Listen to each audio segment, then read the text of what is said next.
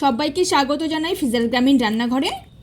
আজকে আমি বানাবো অসম্ভব মজার কুল মাখা, একদম ঝালে মশলায় এক দারুণ রেসিপি।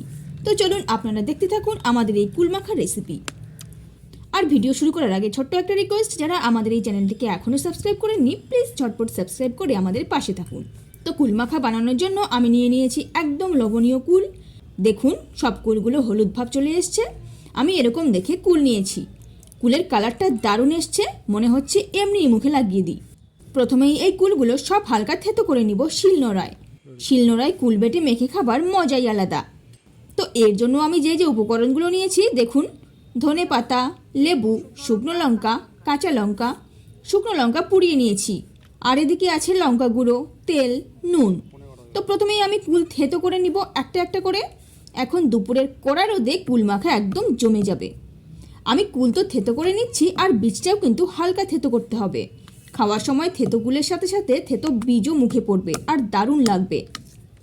কুলগুলো থেতো করতে করতে কি দারুণ গন্ধ বেরোচ্ছে। তো সবগুলো আমি এক এক করে থেতো করে নিলাম। এবারে হালকা একটু বেটে নিব।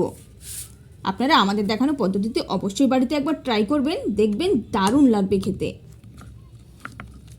যারা কাঁচা কুল খেতে পছন্দ করেন না তাদেরও এই কুল মাখা রেসিপিটা পছন্দ হবে।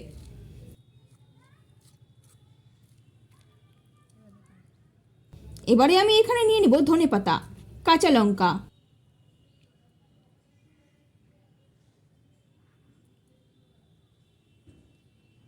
শুকনো লঙ্কা পুড়িয়ে নেওয়া হয়েছে, নুন, লঙ্কা গুঁড়ো। ঝাল একটু বেশি দিচ্ছি, একটু কড়া ঝাল না হলে ভালো লাগবে না। এইবারে বেটে নিব সব।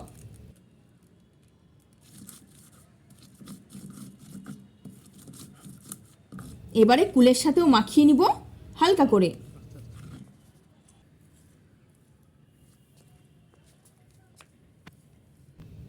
হাত দিয়ে এমনভাবে মাখতে হবে যাতে সব মশলা কুলের ভিতরে ভিতরে ঢোকে।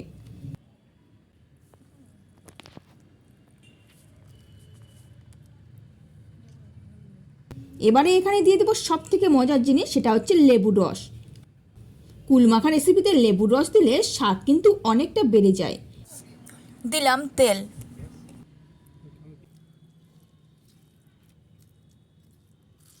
বেশ কিছুক্ষণ ধরে মেখে নিলে রেডি আমার কুল মাখা।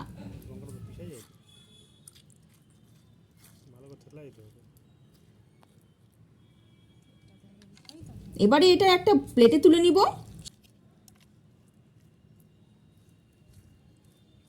শিলটা ভালো করে মুছে তুলে নিব।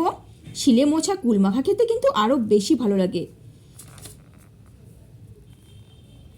তো আমার একদম রেডি মশলাদার কুল মাখা। এই কুল মাখা দেখে আর লোভ সামলানো যাচ্ছে না, আমি খেয়েই দেখি। সত্যি দারুণ লাগছে, পুরো ঝাল ঝাল, টক ঝালে দারুণ।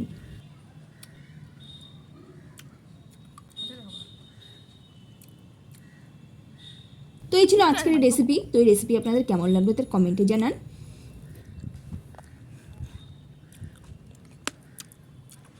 আর ভিডিও ভালো লেগে থাকলে একটি লাইক করুন, আর চ্যানেলটিকে সাথে অবশ্যই সাবস্ক্রাইব করুন।